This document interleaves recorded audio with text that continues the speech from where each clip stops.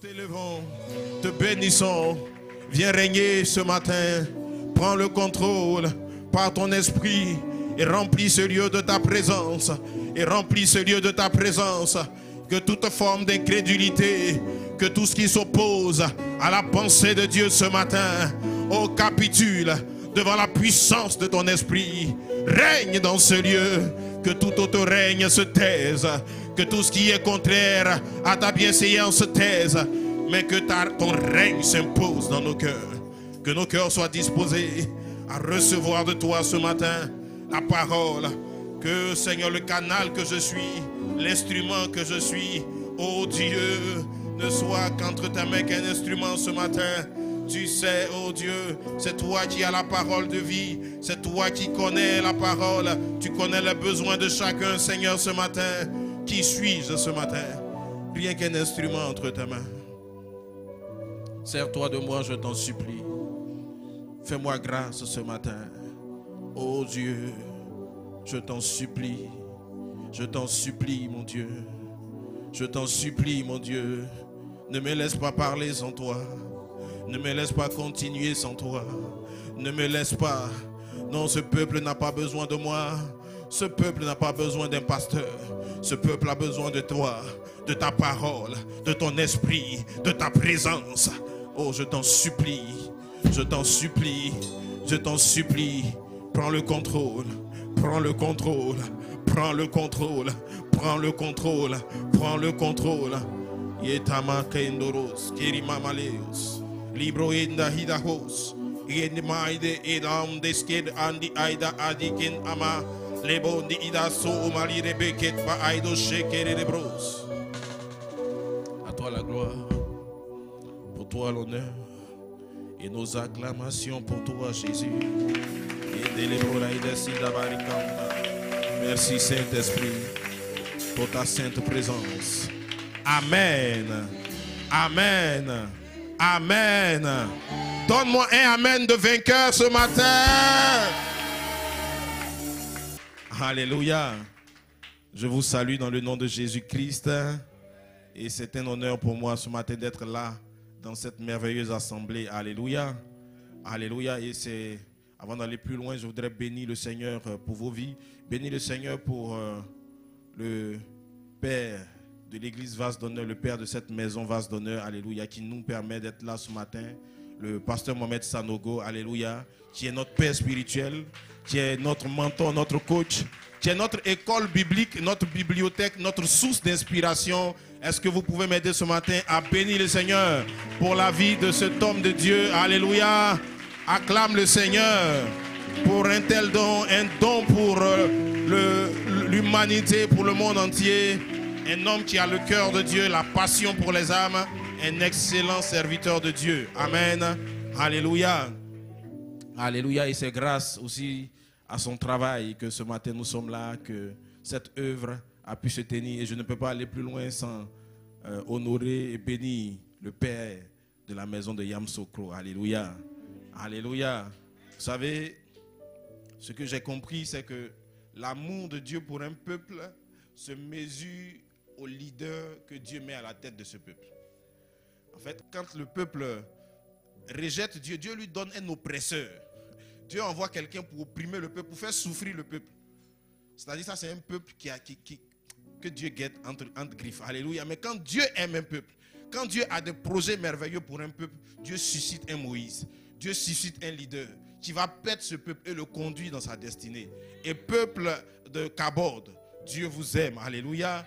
Dieu a une affection particulière pour vous parce que quand je mesure le leader, le Père que le Seigneur suscite pour vous conduire, je vois que Dieu vous aime. Alléluia. Et ce matin, je voudrais qu'on puisse bénir Dieu ensemble pour la vie du prophète. Alléluia. Du pasteur. Amen. Et tout à l'heure, il a dit qu'il présentait un ami, je dirais, non, comme quelqu'un dit, on nous appelle tous pasteurs, mais il y a pasteur et puis il y a pasteur. Dis à ton voisin, il y a pasteur et puis il y a pasteur. Voilà. C'est souvent les titres ont des problèmes. Tu vois, un gars, il s'appelle docteur. Un gars qui sort aujourd'hui de la fac de médecine aussi, on l'appelle docteur. Mais les deux sont docteurs, mais les deux ne sont pas docteurs. Parce qu'il y a docteur et puis il y a docteur. Il y a des docteurs qui ont vu des choses que des docteurs n'ont pas encore vues. Alléluia. Et le pasteur est plus qu'un ami, c'est un aîné dans le ministère, un grand frère, un modèle pour moi. Alléluia. Et est-ce qu'on peut ensemble encore bénir le Seigneur pour sa vie et sa merveilleuse épouse? Alléluia. Alléluia. Et ce matin, je ne suis pas seul. J'ai été accompagné par un de mes fidèles lieutenants collaborateurs dans le ministère, l'assistant pasteur, aussi Constant, qui est là ce matin. Alléluia. Qui est le responsable des tribus au niveau de Kodesh. Amen. Alléluia. Alléluia. Alors ce matin, je vous salue encore une fois. Amen. Est-ce que tu peux saluer ton voisin de ma part, de mes propres mains? Amen. Gloire à Jésus. Alors nous sans plus tarder, nous allons aller dans la parole de Dieu. Dis avec moi la parole de Dieu. Et ce matin, je voudrais vous parler de la porte. Dis avec moi la porte. Dis avec moi la porte. Dis avec moi la porte. Alors ce matin, je voudrais te parler d'une porte.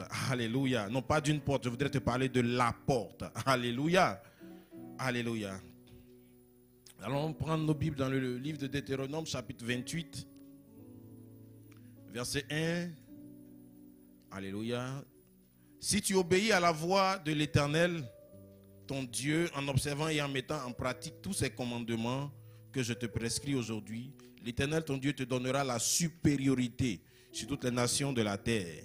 Voici toutes les bénédictions qui se répandront sur toi et qui seront ton partage. Lorsque tu obéiras à la voix de l'Éternel, ton Dieu, tu seras béni dans la ville et tu seras béni dans les champs.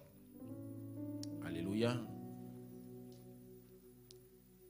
Le fruit de tes entrailles, le fruit de ton sol, le fruit de tes troupeaux, les portées de ton gros et de ton menu bétail, toutes ces choses seront bénies. Amen. Ta corbeille et ta huche seront bénies. Tu seras béni à ton arrivée et tu seras béni à ton départ. L'Éternel te donnera la victoire sur tes ennemis qui s'élèveront contre toi. Ils sortiront contre toi par un seul chemin et ils s'enfuiront devant toi par 7 chemins. L'Éternel ordonnera à la bénédiction d'être avec toi dans tes greniers et dans toutes tes entreprises. Il te bénira dans le pays que l'Éternel ton Dieu te donne. Tu seras pour l'Éternel un peuple saint, comme il te l'a juré, parce que tu observeras les commandements de l'Éternel ton Dieu et que tu marcheras dans ses voies. Tous les peuples verront que tu es appelé du nom de l'Éternel et ils te craindront. L'Éternel te comblera de bien en multipliant le fruit de tes entrailles, le fruit de tes troupeaux et le fruit de ton sol dans le pays que l'Éternel a juré à tes pères de te donner. L'Éternel t'ouvrira son bon trésor, le ciel, pour t'envoyer à ton pays la pluie en son temps et pour bénir tout le travail de tes mains. Tu prêteras à beaucoup de nations et tu n'emprunteras point. L'Éternel fera de toi la tête et non la queue. Tu seras toujours en haut et tu ne seras jamais en bas lorsque tu obéiras au commandement de l'Éternel ton Dieu que je te prescris aujourd'hui, lorsque tu observeras et les mettras en pratique. Alléluia. Dis à ton voisin, tu seras toujours en haut et tu ne seras jamais en bas. Tu seras la tête et non la queue. Alléluia. Alors, ce texte que je viens de lire, le pasteur m'a dit qu'il entame ici donc le cycle des 12 portes, des 12 bénédictions du royaume des cieux. Amen. Et en ce moment, donc, nous sommes dans les préalables. Et ce texte, pour te lire, pour te montrer le chantier, pour te montrer la vision, pour te montrer ce que le Seigneur te réserve. Alléluia. Et il te réserve en définitive en te donnant, en te bénissant dans le champ, en bénissant le fruit de tes entrailles, le fruit de ton troupeau, en bénissant ta corbeille et ta huche. Toutes ces choses qu'il va te donner ont pour objectif de t'élever, de t'amener à la tête, de te faire régner, de t'amener dans ton règne, dans ta position de règne et de domination. Dis Amen avec moi. Et tu seras un homme qui sera élevé. Tu seras une femme qui sera élevée dans le domaine dans lequel le Seigneur t'a appelé. Et dans ce domaine-là, tu seras la tête. Tu vas marquer ta génération. Alléluia. Tu vas marquer ta génération. Aujourd'hui, peut-être que ton nom n'est pas cité. Peut-être que personne ne fait attention à toi. Alléluia. Et souvent j'aime dire, vous savez, quand les clubs recrutent pendant l'intersaison, les clubs, si un club veut recruter un joueur à Yamoussoukro, quand ils vont venir, ils vont organiser un tournoi, ils vont observer et ils vont regarder quel est le meilleur joueur de tous ceux qui sont réunis. N'est-ce pas? C'est pas comme ça qu'on fait? Et c'est ce meilleur joueur-là qu'ils vont prendre et qu'ils vont envoyer dans leur club. Et demain, ce joueur-là, donc, en s'associant au club, va remporter des trophées. Alléluia! Ça, c'est la méthode de recrutement des hommes. Mais quand mon Dieu, il arrive à Yamoussoukro et qu'il veut recruter le futur ballon d'or, quand il vient, il regarde celui qui a 2 pieds gauche. C'est-à-dire le gars qui ne sait même pas comment on fait une passe, qui ne sait même pas comment on court derrière un ballon. Il le regarde, il dit c'est mon futur champion. C'est le futur ballon d'or. C'est celui-là qui va remporter la coupe. C'est celui-là qui va ramener le trophée. Et les gens regardent. Ils disent, mais est-ce que les gars-là, ils savent comment on recrute? Mais mon Dieu est un Dieu qui est capable. Il dit, il prend de la boue. Il recrute là où personne ne veut recruter. Il repère ce que personne ne veut repérer. Il prend ce que personne ne veut prendre. Il sélectionne ce que personne ne veut sélectionner. Il est celui-là qui est le seul capable. De sorte à ce que la personne elle-même comprenne que là où elle est arrivée, ce n'est pas parce qu'elle était prédisposée ou bien parce qu'elle avait un talent, mais c'est parce que tout cela est fait à cause de Jésus-Christ. Alléluia! Et c'est ce que le Seigneur s'apprête à faire avec quelqu'un ici ce matin. C'est pour cela, peu importe si tu n'as pas, quand on fait les réunions de famille, si on ne t'appelle pas, ce n'est pas bien grave. C'est une bonne chose. Ça veut dire que tu intéresses Dieu. Alléluia. Dieu s'intéresse aux gens à qui personne ne s'intéresse. Peut-être que tu es délaissé. Peut-être que personne ne t'aime. Peut-être que tu as été rejeté. Mais les rejetés sont des personnes à qui Dieu s'intéresse. Que Dieu aime de façon particulière. Peu importe ce par quoi tu passes, le Seigneur s'intéresse à toi ce matin. Le Seigneur a un projet de paix pour toi ce matin. Et le projet du Seigneur pour toi, c'est de t'amener à la tête. Dis avec moi, je serai la tête. Dis avec moi, je serai la tête. Je ne serai pas la queue. Je ne serai pas derrière. Je serai devant. J'avancerai. Je réussirai. Alléluia. Alléluia. Alléluia. Et le Seigneur va faire de grandes choses avec nous. Le Seigneur va le faire. Amen. C'est comme ça qu'un jour il arrive et il regarde. Le peuple d'Israël était opprimé. Le peuple d'Israël était maltraité par un peuple qu'on appelait les Madianites. Et le Seigneur arrive. Il va dans une des plus petites familles, des plus petites tribus, d'une famille des plus pauvres. Et dont le père de famille est le gardien des fétiches du village. Un endroit où personne ne serait allé recruter le futur héros. Alléluia. Et il arrive dans cette famille, dans cette maison, et il regarde un jeune homme. Et il le regarde et il l'appelle vaillant héros. Et le même jeune homme regarde à gauche, il regarde à droite, pour voir si on ne parle pas de son voisin. Et je crois que ce matin, quand je suis en train de dire que tu seras le futur héros et le futur ballon d'or de Dieu, quelqu'un a envie de regarder son voisin. Pourquoi? Parce que comme ce futur héros-là, il dit, mais je ne peux pas être sélectionné. Je n'ai pas les aptitudes. Je n'ai pas la qualité qu'il faut. Je n'ai pas fait l'entraînement qu'il faut. Comment Dieu veut délivrer son peuple et il ne va pas parmi les commandos d'élite d'Israël sélectionner le meilleur commando pour en faire le général.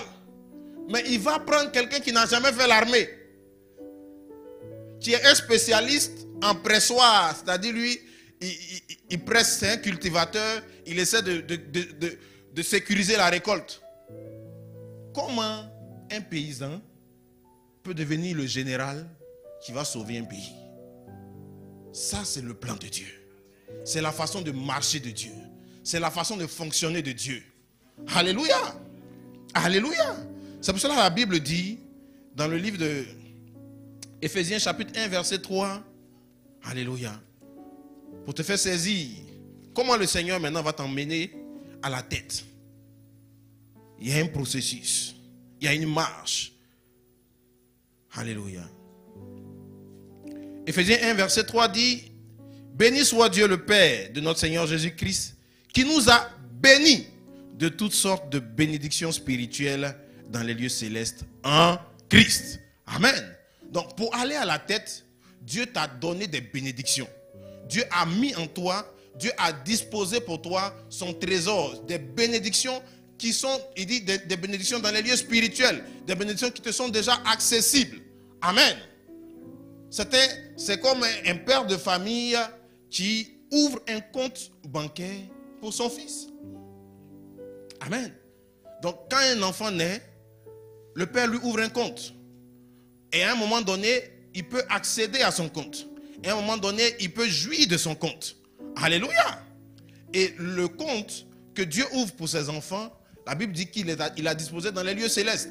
Pourquoi il ne les a pas déposés à la Banque de Suisse? Parce qu'à la Banque de Suisse, il y a des voleurs. À la Banque de Suisse, il peut y avoir la dévaluation. À la Banque de Suisse, il peut y avoir des tremblements de terre. Mais là où il dépose la bénédiction, là où il met la bénédiction, il dit là, la teigne, la rouille, rien ne peut toucher à ta bénédiction, à ce qui est pour toi, à ce que le Seigneur a disposé en ta faveur. Dieu a mis en place un système, un ensemble de choses pour t'aider à pouvoir atteindre la tête et que tu ne sois jamais la queue. Dis Amen avec moi ce matin. Amen. Mais il dit dans ce passage que ces bénédictions sont en Christ. Dis avec moi en Christ. Dis avec moi en Christ. Alléluia. Je suis en train de t'amener pas à pas vers la porte. Parce que rappelle-toi, mon thème c'est quoi? La porte. Alléluia. Alléluia. Donc je te présente d'abord la conclusion avant de revenir à l'introduction. Parce que la conclusion c'est que tu seras la tête. La tête n'est pas l'introduction. Amen. La conclusion c'est que Dieu va t'amener à la tête. La conclusion, c'est que tu es béni. La conclusion, c'est que tu vas manifester 12 bénédictions. Alléluia. La bénédiction du territoire, ça veut dire que tu sais être au bon endroit et au bon moment. Amen. Ça veut dire que tu manifestes chaque pays où tu arrives, tu as une faveur. Tu sais avoir la faveur d'un pays. Tu sais avoir la faveur, peu importe l'endroit où on te met, tu pousses. Alléluia. Alléluia. Tu es un peu comme le palmier. C'est l'un des arbres qui pousse un peu partout. Amen. Tu le déposes ici, il pousse. Dans le désert, il pousse. Dans la forêt, il pousse. Tu as la faveur territoriale. Alléluia. Alléluia. Et tu as le timing de Dieu. Et la bénédiction aussi de la fécondité. C'est-à-dire que tu es fécond, tu es créatif.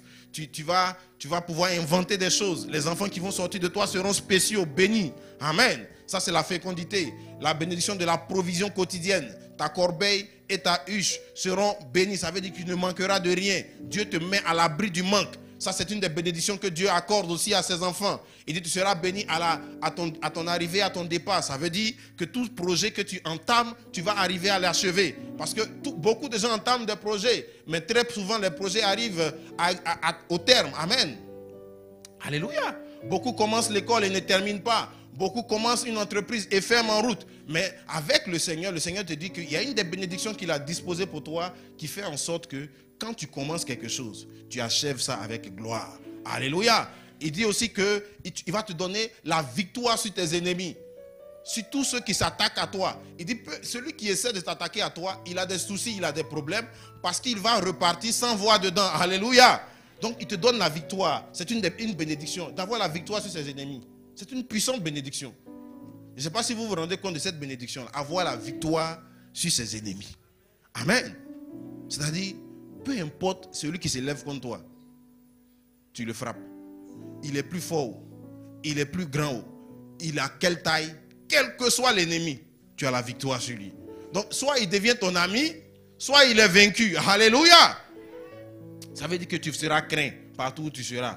Alléluia. Il te dit aussi qu'il va te donner une alliance de bénédiction, c'est-à-dire la bénédiction va te suivre partout. Partout où tu passes, tu es béni. Il te dit qu'il va te faire de toi un peuple saint, c'est-à-dire un peuple mis à part. Un peuple spécial. Tu seras de la terre, mais tu ne vas pas ressembler aux gens de la terre. Parce que Dieu fait de toi quelqu'un de spécial.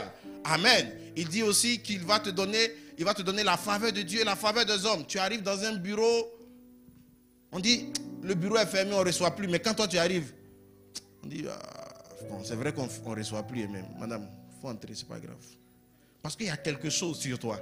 Il y a un habit, il y a un vêtement que Dieu dépose sur toi, qui est la faveur des hommes. Tous les hommes que tu rencontres te sont favorables. Tu arrives à la banque, il y a un long rang, on dit non, madame, monsieur, vous n'avez pas fait le rang, venez. On vous reçoit au VIP. Peut-être que toi, ton compte, il y a 100 000, mais on te reçoit comme un VIP. Alléluia. C'est la faveur des hommes. Et c'est une bénédiction que le Seigneur t'accorde. Amen. Il y a la bénédiction de la multiplication. Dieu va te multiplier. Il va multiplier tout ce que tu touches. On te met quelque part, ça se multiplie. Ton patron, il avait un chiffre d'affaires de 10 millions. Depuis que tu arrives, son chiffre d'affaires commence à arriver à 100 millions. Partout où tu rentres, il y a la multiplication. Ton commerce, si tu avais une boutique, ça se multiplie. Tu auras une boutique jusqu'à Londres. Tu auras une boutique sur les Champs-Élysées. Tu vois, ton voisin ne croit pas à cela. Alléluia. Dieu va te donner ce genre de choses. Parce que tu es son enfant. Amen. Amen. Et à la bénédiction, il va te donner la grâce. C'est-à-dire le bon trésor du ciel qui va te faire pleuvoir sur ta vie la pluie. Donc Dieu va te donner la grâce qui va simplifier ta vie. La grâce est ce qui vient te simplifier la vie. Ça vient rendre les choses faciles. Ce que les enfants prennent 10 ans pour faire. Quand tu as la grâce, tu peux faire ça en 1 an. Alléluia. Des choses que les gens sont obligés d'attendre 10 années, 20 ans. Toi, tu arrives et tu les obtiens. Dieu te facilite la chose par la grâce qui est aussi une forme de bénédiction. Amen. Il dit tu prêteras à beaucoup de nations et tu n'emprunteras pas. Ça veut dire il y a une des bénédictions aussi que tu vas manifester qui fait que toi, tu ne peux pas être endetté. Tu ne peux pas devoir à quelqu'un.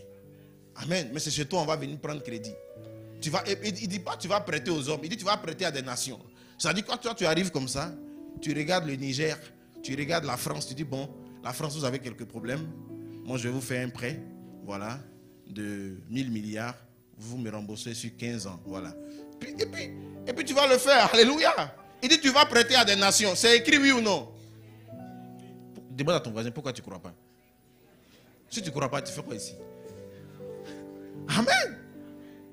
Il dit tu vas prêter à des nations. Amen. Il n'a pas dit tu vas prêter à ton voisin. Ton voisin peut-être il a besoin de 10 000. Bon, ça là, tu n'es plus à 10 000, ça, bon, tu veux dire, c'est des trucs, il faut dire ça là, ça sera trop simple pour toi. On dit c'est des nations.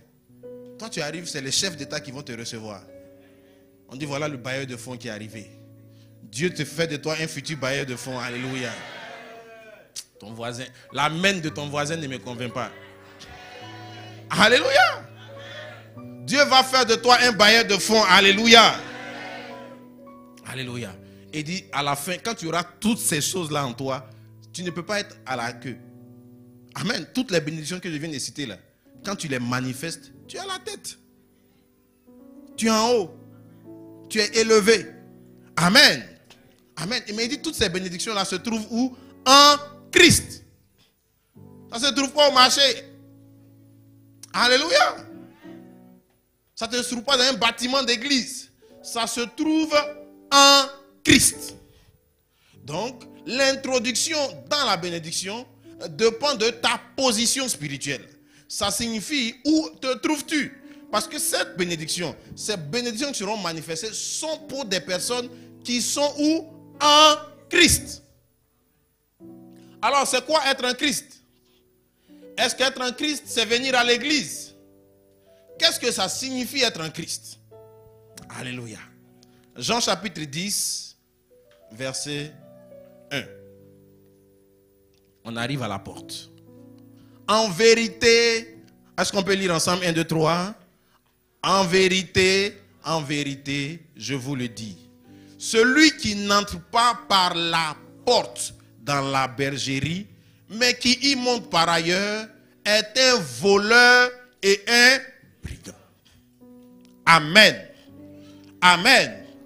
Et là qui parle, c'est Jésus-Christ de Nazareth qui est en train de parler. Et qu'est-ce que Jésus est en train de dire? Jésus est en train de dire, il dit, en vérité, ça veut dire que ce qu'il est en train de dire là, il ne faut pas t'amuser avec. Ce n'est pas une vérité, c'est 2 fois la vérité. Amen. Ça veut dire que c'est une vérité établie. C'est une vérité éternelle. C'est une vérité que rien ne peut contester. Amen. Et c'est quelle vérité? Il dit, celui qui n'entre pas par la porte dans la bergerie, c'est un brigand et un voleur. Amen. Alors on va prendre certains thèmes pour comprendre. Il parle ici de la bergerie. C'est quoi la bergerie? La bergerie, c'est un endroit qui regroupe des brebis, n'est-ce pas? Et les brebis, c'est qui? Les brebis, c'est nous, les enfants de Dieu. Alléluia. Donc la bergerie peut être considérée comme l'église. Amen. Donc Jésus nous explique que celui qui n'entre pas par la porte pour arriver dans l'église, c'est qui? C'est un voleur et c'est pas une injure. Amen. Donc Jésus, qu'est-ce que ça veut dire aussi? Donc ça sous-entend qu'il y a des gens qui sont entrés dans la bergerie sans passer par la porte. Et il dit ces gens-là, malheureusement, ils vont finir par devenir quoi? Des voleurs et des brigands. Alléluia. Donc, qu'est-ce que Jésus est en train de nous expliquer? Jésus nous explique que tous ceux que tu vois dans l'église ne sont pas forcément passés par la porte.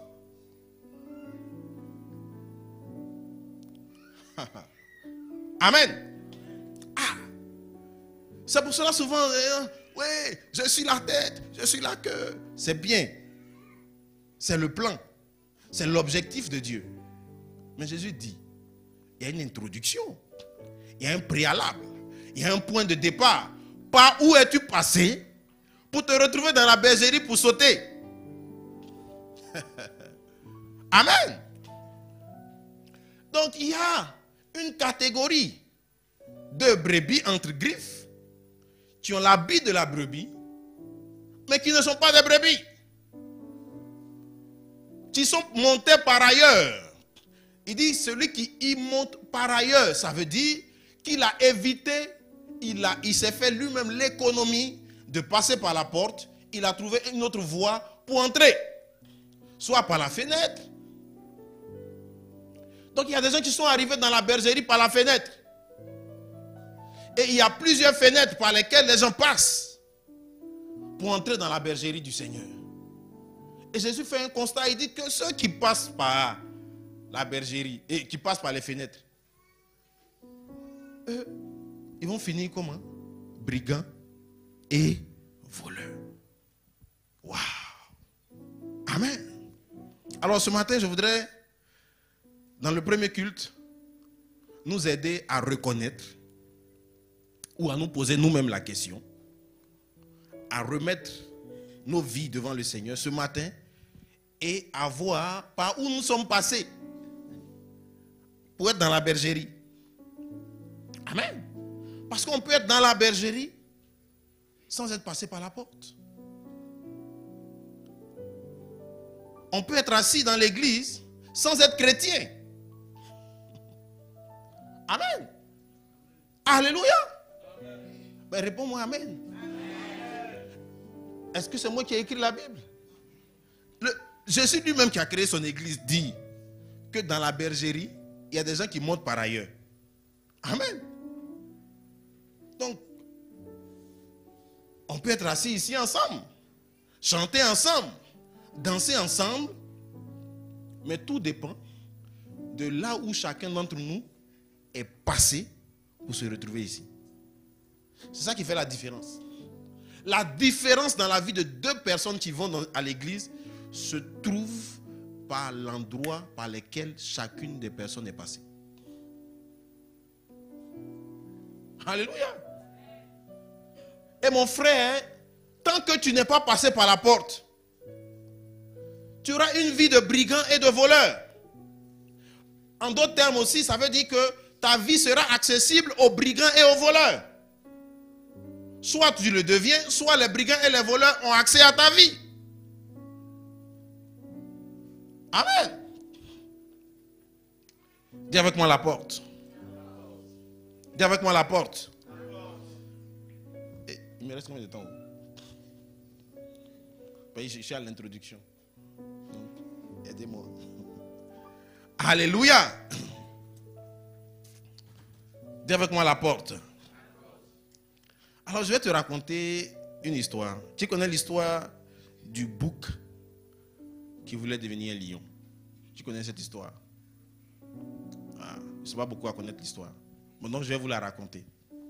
Alors, il y a un bouc qui en avait marre d'être un bouc. Il admirait la vie des lions. Et il a décidé de devenir aussi un lion. Et il est arrivé voir le singe. Et il a dit au singe, j'ai une préoccupation. Parce que le singe le voyait, il était triste. Il dit, mais qu'est-ce que tu as? Il dit, ça ne va pas. Je sens que j'ai soif de quelque chose de nouveau. Il dit, mais qu'est-ce que tu veux? Il dit, je veux devenir un lion. Le singe lui a dit, ce que tu demandes est impossible. On ne peut pas. Ce n'est pas possible. Il dit, si, il doit y avoir une possibilité. C'est parce que le singe, tu ne veux pas m'aider. Le singe dit, ok, je vais te donner quelques secrets. Si tu les appliques, tu seras un lion. Il dit, écoute, première chose, les lions ont une démarche solennelle. Donc, apprends, va t'entraîner et marche comme un lion. Après quelques temps d'entraînement, notre bouc revient avec la démarche lionique. Quand il marche, vous aurez dit, le roi lion est apparu. Alléluia. Et le bouc et le singe acclament pour dire, waouh, des progrès merveilleux, super. Mais ça ne s'arrête pas là. Tu marches comme un lion, c'est très bien. Mais tu sais, toi, tu es un végétarien. Les lions, ils mangent de la viande.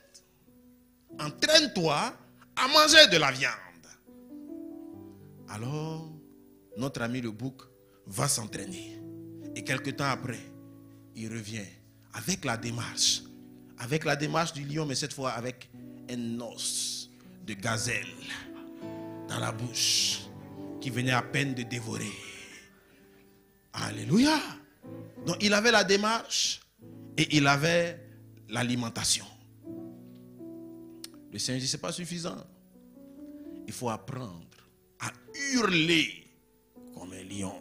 Mais toi tu belles, bébé. Non, ça c'est pas un lion ça. Il va s'entraîner. Quelque temps après il revient avec la démarche, avec un os, avec un hurlement, a fait trembler la terre. Amen. Donc avec un hurlement, il a hurlé. Donc le singe lui-même s'est caché. Il dit, mais qu'est-ce qui se passe? Et non. Il dit, ah, c'est toi le bouc. Oh, d'accord. Il dit, je ressens. Il dit, non, c'est presque parfait. Donc, il a quoi? Il a la démarche. Il a quoi? L'alimentation. Il a quoi? Le hurlement, le cri. Il dit, il te reste une dernière chose. Tu sais que les lions vivent en communauté.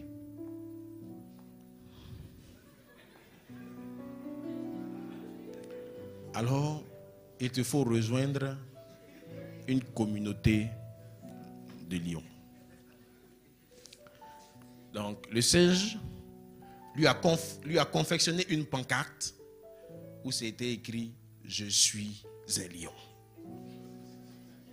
Et voici notre ami le bouc qui prend une colline et les lions sont dans la plaine et il descend de la colline avec le hurlement, une démarche majestueuse, lionique,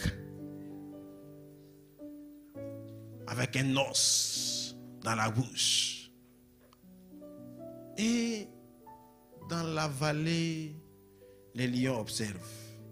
Ils voient s'avancer un bouc. Un des lions demande à son camarade, est-ce que tu vois ce qui arrive? Il dit, oui, ça doit être un bouc. Son voisin dit, aujourd'hui Dieu est avec nous. Habituellement, on doit aller se cacher, prendre la viande par surprise. Mais aujourd'hui, le déjeuner vient à nous. Et notre ami le bouc est arrivé dans la communauté des lions. Imagine ce qui s'est passé. Les lions ont tout mangé, sauf la pancarte. Amen. Donc, il savait parler comme un lion. Il savait chanter comme un lion. Il savait manger comme un lion. Mais il n'était pas un lion. Amen. Et c'est ce que Jésus dit. Il dit, il y a des gens qui sont entrés dans la bergerie. Ils savent chanter comme les chrétiens. Ils savent parler comme les chrétiens. Ils ont le langage chrétien. Quand ils parlent, ils disent, oui, oui, par la grâce de Dieu. Dieu te bénisse. Oh, mon frère, demeure béni. Tu es de quelle tribu? Oui, nous sommes un vaste d'honneur. Alléluia, alléluia. Ça, tu sais parler comme un chrétien. Amen. Donc, il avait le langage. Il sait danser comme un chrétien. Il avait l'alimentation. Il mange à la table du Seigneur. Mais, est-ce que cela fait de toi, pour autant, un chrétien? Amen. Donc, chanter comme un chrétien, ce n'est pas la même chose que être un chrétien. Prier comme un chrétien, même prier en langue souvent, ne signifie pas être un chrétien. Amen. Ah, oh Seigneur, le temps. Alléluia.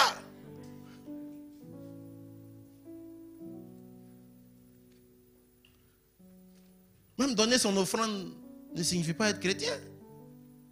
Et souvent je dis pour lui, la chaise vient à l'église. Mais elle ne sera pas au ciel. Donc ce n'est pas parce que tu viens à l'église que tu vas être au ciel. Amen. Alors, ce matin je voudrais te parler d'une catégorie de personnes qui ne sont pas passées par la porte. Au premier culte. Au deuxième culte, j'ai prévu de parler de comment passer par la porte. Donc, tu prends le CD pour le dimanche prochain. Amen. Donc, être né par exemple de famille, de père et de mère chrétienne ne fait pas de toi un chrétien. Jésus dit, celui qui entre dans la bergerie doit passer où? Par la porte. Amen. Et on ne passe pas par la porte sur le dos de son papa. On ne passe pas par la porte en étant caché dans le boubou de sa maman. Non. Le christianisme, ou bien la vie chrétienne, ou la nouvelle naissance, n'est pas héréditaire. Alléluia. C'est pas parce que ton papa est chrétien, ça ne fait pas de toi un chrétien. Si tu n'es pas passé par la porte, mais que tu es monté par ailleurs, c'est-à-dire sur le dos de ton papa, le chrétien, l'ancien de l'église, le pasteur, et que tu t'es retrouvé dans la bergerie, et que toi-même, quand tu observes ta vie, quand tu te regardes et quand tu analyses ta propre vie, tu ne te souviens pas le jour où toi-même, individuellement, tu es passé par la porte. Ça veut dire que tu vas finir comme un brigand et un voleur. Amen. Parce que Dieu n'est pas un grand-père. Dieu n'a pas de petits-fils. Tu as déjà entendu que Dieu a des petits-fils? Dieu est un père. Et Dieu, si ton père est fils de Dieu, toi aussi tu dois devenir fils de Dieu. Tu ne deviens pas petit-fils de Dieu par ton papa. Non. Alléluia. Je te donne des exemples bibliques.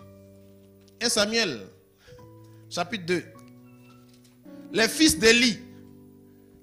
Élie, c'était le pasteur principal de l'église d'Israël. Le révérend Élie. Les fils d'Élie étaient des hommes pervers. Ils ne connaissaient point l'Éternel. Continue. Et voici quelle était la manière d'agir de ces sacrificateurs à l'égard du peuple. Ils étaient fils de pasteurs. Ils étaient eux-mêmes devenus quoi? Pasteurs. Donc être pasteur, ce n'est pas la même chose qu'être passé par la porte. Alléluia. Regarde les pasteurs. Lorsque quelqu'un offrait un sacrifice, le serviteur du sacrificateur arrivait au moment où l'on faisait cuire la chair, tenant à la main une fourchette à 3 dents. Il piquait dans la chaudière, dans le chaudron, dans la marmite ou dans le pot. Et tout ce que la fourchette amenait, le sacrificateur le prenait pour lui. C'est ainsi qu'ils agissaient à l'égard de tous ceux d'Israël qui venaient à Silo. Même avant qu'on fît brûler la graisse, le serviteur du sacrificateur arrivait et disait à celui qui offrait le sacrifice: donne pour le sacrificateur de la chair à rôtir. Il ne recevra de toi point de chair cuite. C'est de la chair crue qu'il veut. Et si l'homme disait: quand on aura brûlé la graisse, tu prendras ce qui te plaira, le serviteur répondit: non, tu donneras maintenant, sinon je prends de force. Hey! Ces jeunes gens se rendaient coupables devant l'Éternel d'un très grand péché parce qu'ils méprisaient les offrandes de l'Éternel. Et ils couchaient même avec les filles dans l'église. Fils de pasteurs, fils d'anciens. Mais ils couchaient avec les sœurs dans l'église. Ils profitaient de leur habit de fils d'eux pour manipuler les gens dans l'église, pour escroquer les gens dans l'église. Alléluia. Ces gens-là ne sont pas passés par la porte. C'est des brigands et des quoi? Des voleurs. Tu vois? C'est ce que Jésus a dit. À moins que tu passes par la porte, tu finiras comme un brigand et un voleur. Et ça, c'est la catégorie des pécheurs mignons. Souvent, soit ils sont jamais passés par la porte, mais ils ont fait l'école du dimanche. Donc depuis ils sont nés, ils ont une culture, une éducation chrétienne. Mais ils ne sont jamais passés par la porte. Si tu leur demandes quel jour de ta vie es-tu passé par la porte, ils vont dire: moi depuis que je suis enfant et je suis chrétien. C'est pas de la vérité ça là. Jésus dit qu'avant d'entrer dans la bergerie, il faut passer où? Par la porte. Amen. Parce qu'il y a quelque chose qui se passe à la porte. Si tu ne passes pas par la porte, tu es en danger. C'est à la porte que tu rencontres Jésus, l'agneau de Dieu, celui qui ôte le péché du monde. Naître de ton père chrétien n'ôte pas le péché de ta vie. Venir à l'église n'ôte pas le péché de ta vie. Chanter dans la chorale n'ôte pas le péché de ta vie. Ce qui va faire que le péché sera ôté de ta vie, c'est de passer par la porte. Parce qu'à la porte, c'est là qu'il y a l'agneau de Dieu, celui qui ôte le péché du monde. Alléluia. Donc tant que tu n'auras pas rencontré l'agneau de Dieu, celui qui ôte le péché du monde, tu auras une vie brigandière. Amen. Et c'était le cas des fils d'Élie. Et c'est le cas de tous ceux-là qui sont là, qui viennent à l'église. Parce que tonton me met la pression. Ma tante dit de venir à l'église. Ce matin, chacun a une raison peut-être d'être là. Si on devait faire passer le micro-trottoir, on entendrait certainement des raisons insolites. Alléluia. Il y en a même qui sont là parce qu'ils guettent la voisine à côté. Hey. Amen. Oui, écoute, le pasteur Mohamed raconte son témoignage. Il dit que la première fois qu'il a mis pied à l'église, c'est à cause de la fille qui draguait. Tu vois? Donc il y a des... tu vois, non? Donc il y a des gens qui sont assis à cause de la fille.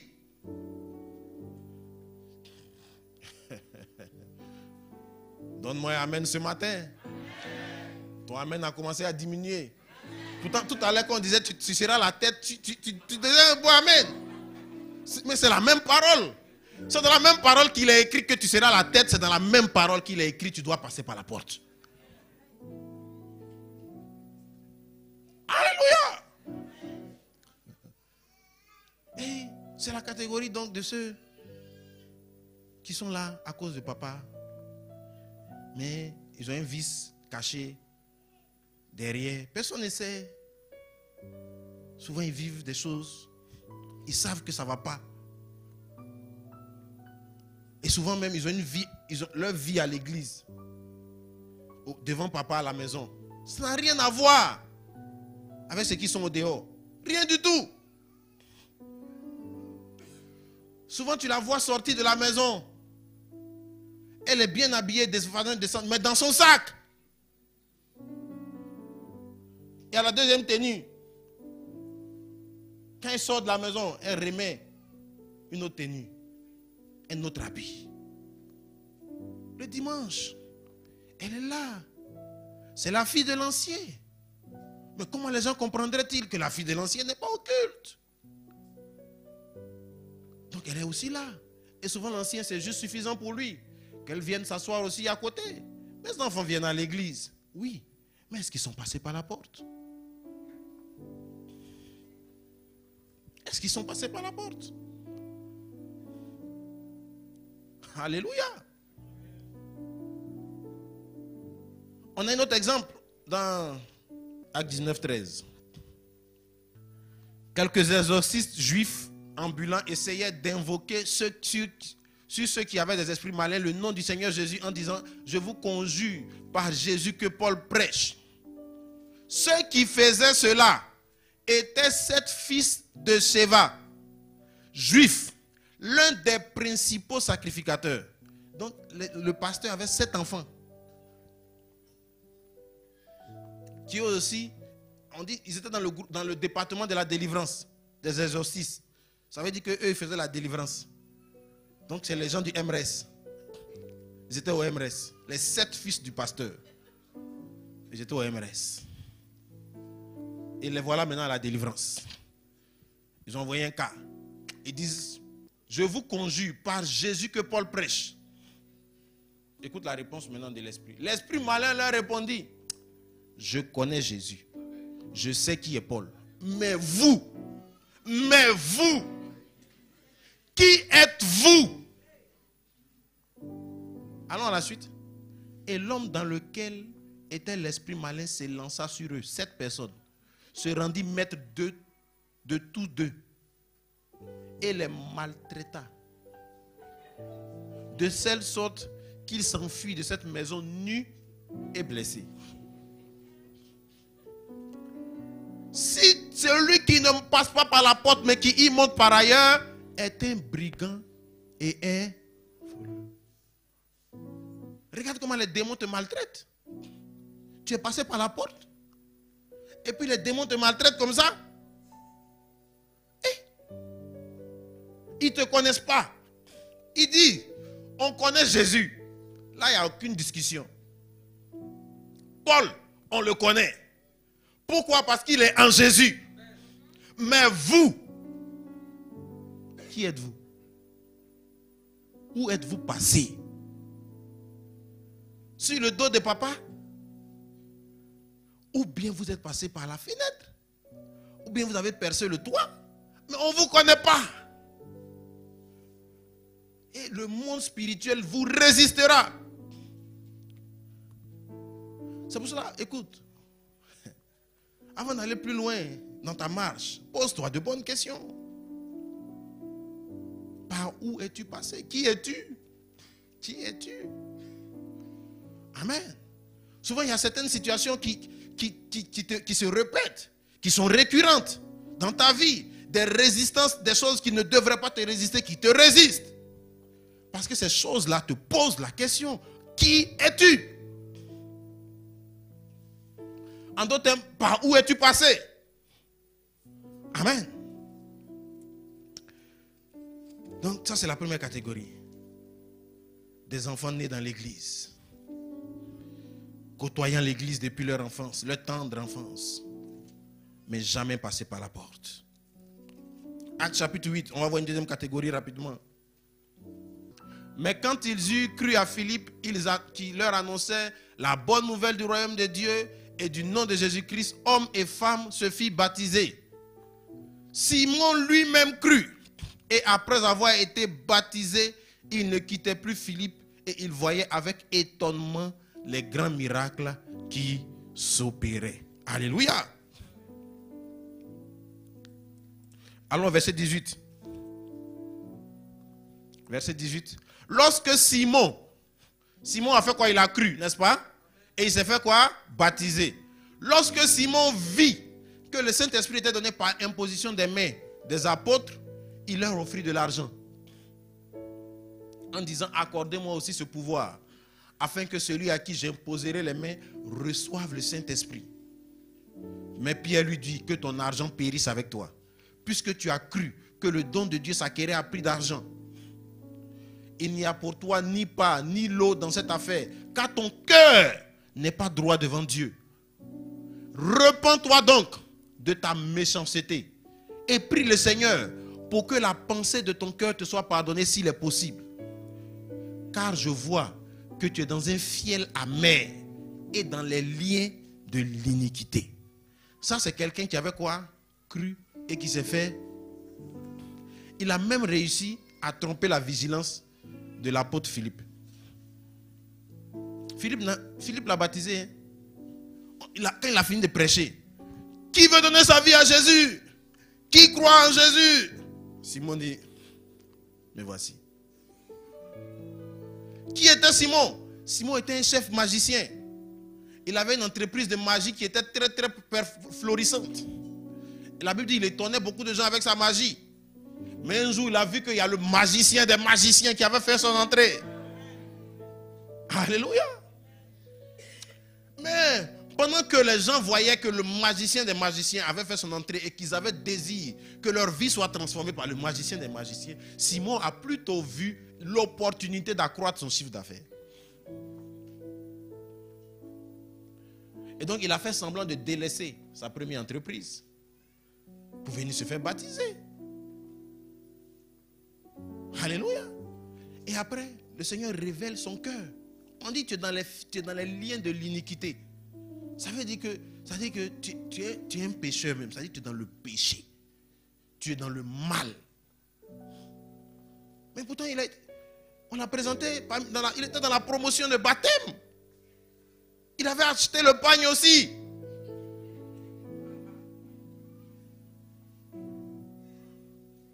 Il servait même dans un département. Peut-être qu'il était portier. Ou je ne sais pas moi, il était à la com. Peut-être même il avait rejoint le MRS comme c'est un ancien magicien.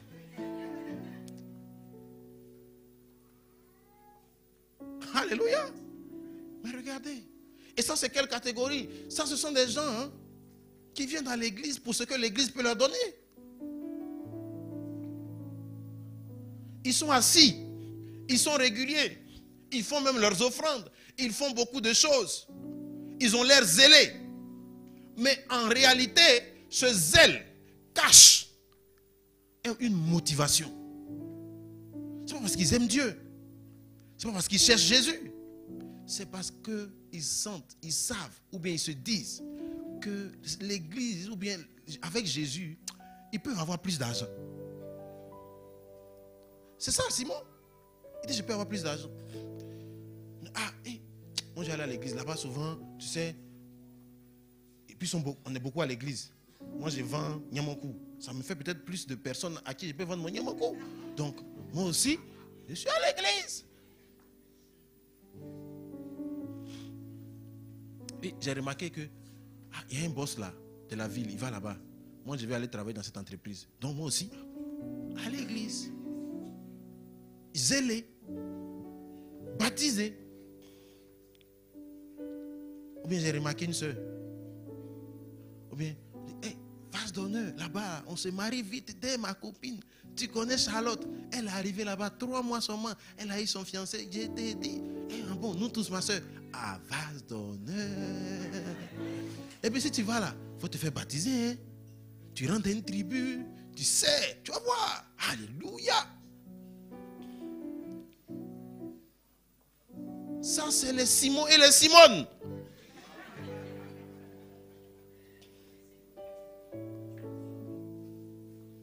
Ils sont là. Assis. Avec nous, on rit. Mais ils ont leur agenda caché. Si dans 2 ou 3 mois, Ça ne se fait pas. Tu vas les reconnaître.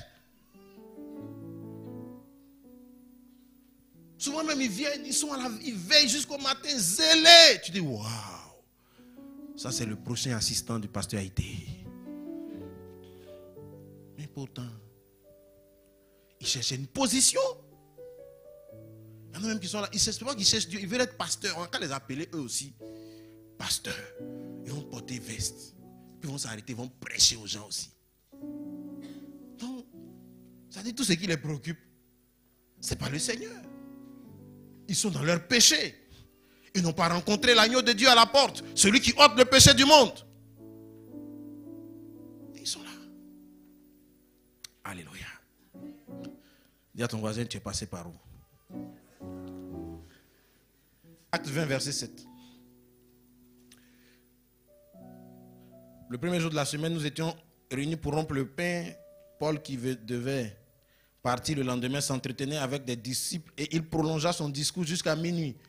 Il y avait beaucoup de lampes dans la chambre haute où nous étions assemblés. Un jeune homme nommé Eutychus, dis avec moi Eutychus, qui était assis sur la fenêtre, s'endormit profondément pendant le long discours de Paul. Entraîné par le sommeil, il tomba du 3e étage en bas et il fut relevé mort. Amen. Donc, ça c'est une 3e catégorie. Des gens qui sont là, mais ils sont assis à la fenêtre. Amen. Ça veut dire, le gars il était assis, il avait un pied dans le temple, un pied au dehors. Il avait une main dans le temple, une main au dehors. Il avait un œil dans le temple, un œil au dehors. Une oreille dans le temple, une oreille au dehors. Une partie de la bouche dans le temple, une partie de la bouche au dehors. Une narine dedans, une narine dehors. Et ça c'est qui? C'est la catégorie des gens dont le pied dedans danse Jésus. Mais le pied dehors est en boîte de nuit le samedi. Au machi, il tape 6 bières, 7 bières, 8 bières. Il mange son chewing-gum.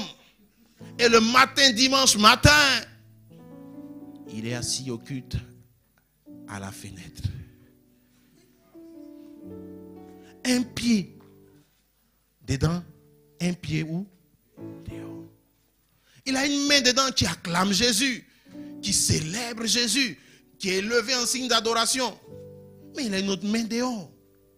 Il fréquente de temps en temps avec sa main les marabouts et les féticheurs.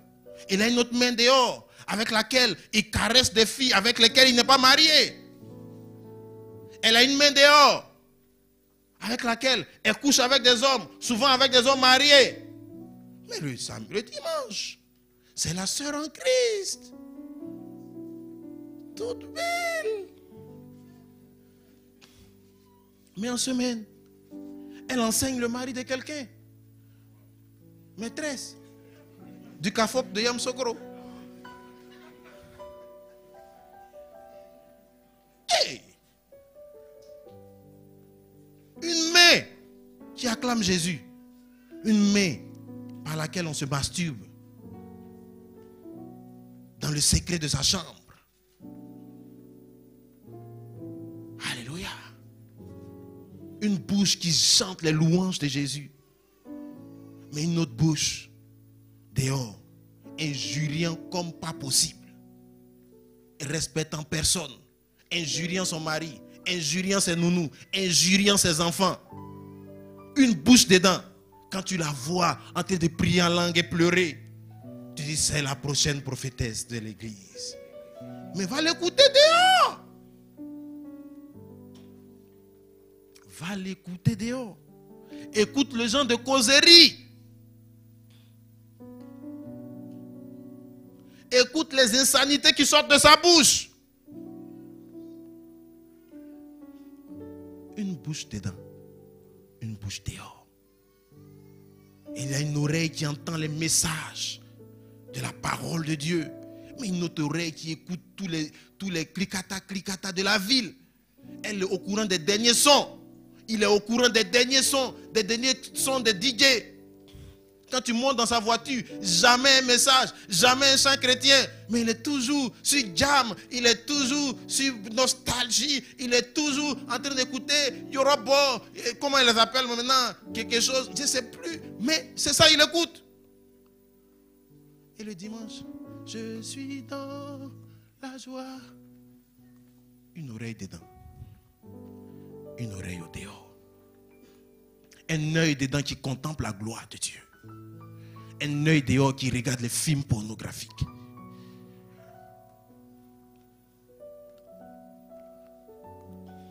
À la fin de l'histoire, il est tombé raide, mort, brigand et voleur. Il n'est pas passé par la porte. Il s'amusait avec le Seigneur. Il pensait que c'était à la mode de venir à l'église. Ce n'est pas une nouvelle mode. On parle de l'avenir, de ton avenir. Ton salut est en jeu. Ton éternité est en jeu. Il y a un jugement qui t'attend. La Bible dit dans Apocalypse 20 que dans les derniers temps, il dit il y aura un jugement. Les grands et les petits, peu importe ton âge, il dit les grands et les petits, quel que soit ton statut social, les grands et les petits vont se présenter devant un trône et quelqu'un sera assis sur ce trône. C'est le juge. Et il dit des livres seront ouverts. Des livres. Et il dit il y a un livre qui sera ouvert. C'est le livre de la vie. Il dit celui dont le nom ne sera pas écrit dans le livre de vie, celui-là n'aura pas. Il sera jeté dans les temps de feu. Vous avez ici un lac. Ici c'est un lac au Caïman. Mais là-bas, c'est un lac de feu. Va regarder le lac. Et imagine ce lac-là rempli de feu. Quiconque ne fut pas trouvé écrit dans le livre de vie fut jeté dans les temps de feu, c'est-à-dire dans le lac de feu. Si tu ne passes pas par la porte, voilà ce qui t'attend. Dans les temps de feu, dans le feu, un lac de feu. Mais un feu qui te brûle, ça n'a rien à voir avec le soleil d'Abidjan et de Yom Sokro qui te fait fuir là. Ça c'est comme un climatiseur par rapport au feu du lac. Mais le danger c'est que tu ne peux pas mourir. Tu désires mourir, mais tu ne meurs plus. Le feu te consume. À moins que ton nom fût trouvé dans le livre de vie. Or, ton nom n'est écrit dans le livre de vie que lorsque tu passes à la porte et que tu rencontres l'agneau de Dieu, celui qui ôte le péché du monde. C'est là qu'il écrit ton nom dans le livre de vie. Tant que tu n'as pas fait ça, tu es en danger de mort sérieuse. Alléluia. Quiconque ne fut pas écrit dans le livre de vie est jeté dans les temps de feu. C'est la seconde mort. Les temps de feu. Alléluia. Mais ce matin, il y a de l'espoir. Parce que tu es encore en vie. Et que tu peux encore te poser de bonnes questions. Tu peux examiner ta vie au moment où je prêche. Le Saint-Esprit certainement met l'accent sur quelque chose en toi. Et tu te demandes et te dis, regarde, par où es-tu passé? Est-ce que tu es entré parce que tu désirais te marier? Est-ce que tu es entré parce que tu es entré par la fenêtre du travail? La fenêtre des affaires? Souvent même la fenêtre de la guérison, du miracle.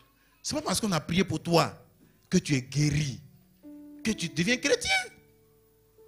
Tu dois passer par la porte.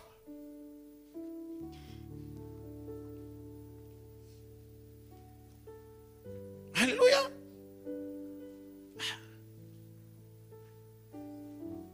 Dans la Bible, Jésus a guéri 10 lépreux. Sur les 10 lépreux, il y a un seul qui est allé au ciel. Non, il y a 9 qui étaient guéris de la lèpre. La lèpre, ça représente quoi aujourd'hui? Le sida. Ça représente quoi aujourd'hui? Le cancer. Jésus a guéri des gens qui souffraient de cancer, de lèpre, de sida, peut-être d'Ebola. Mais ils ne sont pas allés au ciel. Il y a un seul qui est revenu. Et Jésus a dit, cet homme est sauvé. Ce n'est pas parce qu'on a prié pour toi que tu es guéri. que tu viens t'asseoir en reconnaissance pour ta guérison, est-ce que tu es passé par la porte?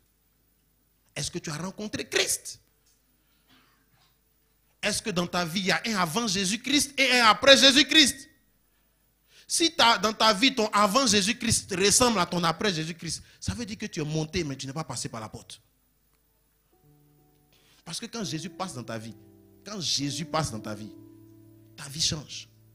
Ta vie n'est plus la même. Jésus ne vient pas améliorer ta vie. Non. Il n'y avait aucun espoir. Il n'y avait plus d'espoir d'amélioration de l'être humain. Dieu a décidé de nous tuer. Et c'est pourquoi il y a 2000 ans, Jésus est venu mourir. Et la Bible dit que quand Jésus mourait, on est mort avec lui. Donc Dieu n'est pas venu nous améliorer. Dieu est venu nous tuer pour créer des êtres nouveaux. La nouvelle création. Des hommes nouveaux. Des femmes nouvelles. Ça se passe, cette opération-là se passe à la porte. Donc c'est pas non, avant je fumais un paquet, mais depuis que je suis chrétien, je fume 2 cigarettes. Non, Jésus n'est pas encore passé. Avant c'était un casier. Mais maintenant, si je bois 4 bières, ça va. Non, Jésus n'est pas venu t'améliorer. Jésus, quand tu le rencontres, la cigarette va te dégoûter. La boisson va te donner de la nausée. La femme devant laquelle tu ne pouvais pas résister, tu la regarderas et tu diras plus jamais. J'ai dit non. Avant j'avais beaucoup de copines, maintenant j'ai une seule. Depuis que Jésus est rentré dans ma vie. Ce n'est pas le même Jésus qu'on a rencontré. Tu es passé par la fenêtre. Demande à ton voisin, par où es-tu passé? Demande-lui avec conviction. Oh.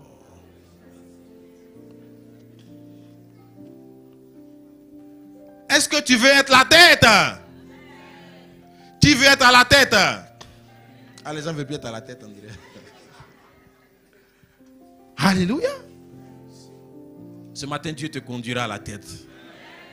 Alléluia. Et Dieu vient venir toucher au fond, à tes fondements. Pour que tu bâtisses sur de bons fondements ce matin. Pour que tu te remettes en question ce matin. Alléluia. Alors je vais prier maintenant. Et ce matin, si tu reconnais humblement dans ton cœur que tu as besoin de le rencontrer véritablement, afin qu'il te change, qu'il te transforme totalement, je vais te demander de lever simplement la main. Tu peux naître de nouveau. Tu peux naître de nouveau. Tu peux tout. Je vais te demander encore un effort supplémentaire. Tu vas te tenir debout. Toi qui as la main levée. Ta vie passée. Et repartir à zéro. Et repartir à zéro. Avec Jésus pour berger. Et repartir. Et repartir à zéro. Et repartir. Et repartir à zéro. Avec Jésus pour berger. Tu vas répéter après moi cette prière. Seigneur Jésus, aujourd'hui, j'ai entendu ta parole et je reconnais que je ne suis pas passé par la porte. Et ce matin, je ne veux pas sortir de ce lieu tel que je suis entré. Ce matin, je veux te rencontrer, te recevoir, demeurer en toi, avoir mon nom écrit dans le livre de vie. C'est pourquoi pardonne mes péchés, pardonne mes fautes, pardonne mes erreurs, lave-moi par ton sang, purifie ma vie, change-moi Jésus, afin que je sois agréable à toi, afin que je te serve, afin que ma vie te plaise, Merci mon Dieu pour ton amour et ta fidélité. Amen. Tu peux acclamer très fort le Seigneur. Alléluia.